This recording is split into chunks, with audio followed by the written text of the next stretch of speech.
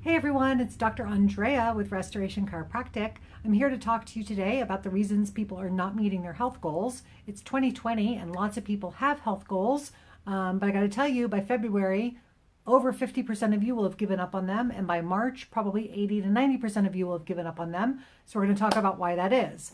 Because honestly, reaching your health goals is a pretty important thing. I mean, in my opinion, health is more important than money because with your health, you can always make more money. But people treat their money with way more respect and they give their money way more time than they ever do their health. And frankly, I just don't understand. But whatever, that's probably another live video. So here are the reasons people are not meeting their health goals. The first reason is they want to be fixed, okay? So they have a health problem, they go to the doctor and they want a solution for the health problem. Well, here's the thing. The entire human body is not a series of pieces and parts. Everything that's going on in the body is affected by everything else in the body. And so if you go to the doctor and you want to be fixed, what they're probably going to do is they're going to give you a medication or they're going to suggest some sort of a procedure. And that medication is going to affect all of your other body parts. And the procedure may or may not have the desired consequence. And so people just don't take any personal responsibility. They're like, hey, just fix me. So it's the first reason people don't meet their health goals is they don't want to take responsibility to do the work that they need to do to heal their body. The second reason is they want an instant gratification solution. We live in an instant gratification society. We have the internet. You can find anything you want at the touch of a button. The attention span of Americans is, I think, down to about 7 seconds is what I learned. And our bodies do not work in 7-second increments. It takes a good 90 days for any change that you make to affect your physiology in a positive or a negative way. So if you change something in your life, health-wise, expect it to take about 90 days before you know whether or not that's even helping you. And so in this instant gratification society, people try things and it doesn't work in a week, so they try something else and it doesn't work in a week, and they try something else and it doesn't work in a week, and they get frustrated. They're like, I tried all that and it didn't work. Well, of course it didn't. You didn't give it enough time. That's the second reason. The third and fourth reasons kind of go together.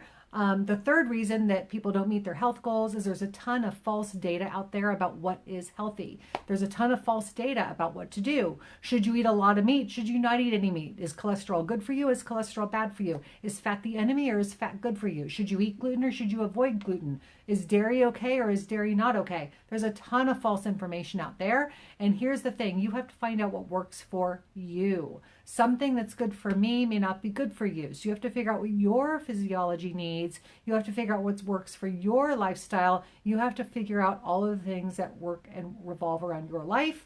The fourth thing, which is tied to the fact that there's a ton of false data, is the fact that there's so much confusing information that it's totally overloaded. So let's go back to what I said earlier. It takes 90 days for some change that you make to actually start to affect your health.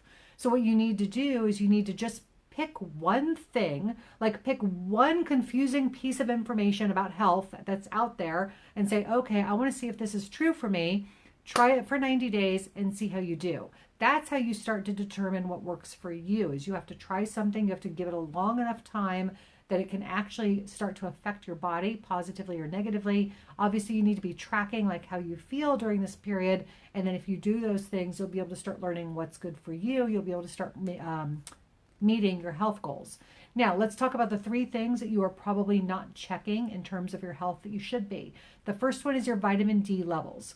So we live in sunny Southern California and people here are like, oh, I'm sure my vitamin D is fine. Wrong. Do you know at this time of year, you can only make vitamin D from the sun from about 10 in the morning to 1 in the afternoon.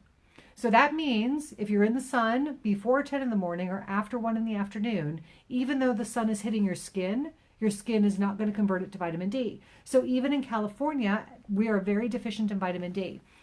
So most people need to get their vitamin D levels checked. A healthy range is considered between about 50 and 70. I think 40 is considered normal. My daughter came in at 29. I came in at like 28. I think my husband came in at 22.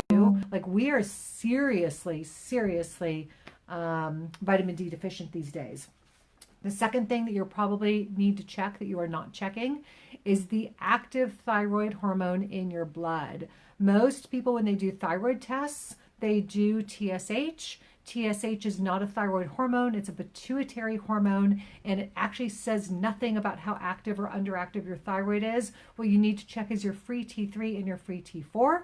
And then the third thing that you need to check that you probably are not is your hemoglobin A1C. This is a measure of your blood sugar over about a 90-day period, and it gives us an idea of whether or not you are potentially insulin resistant or not.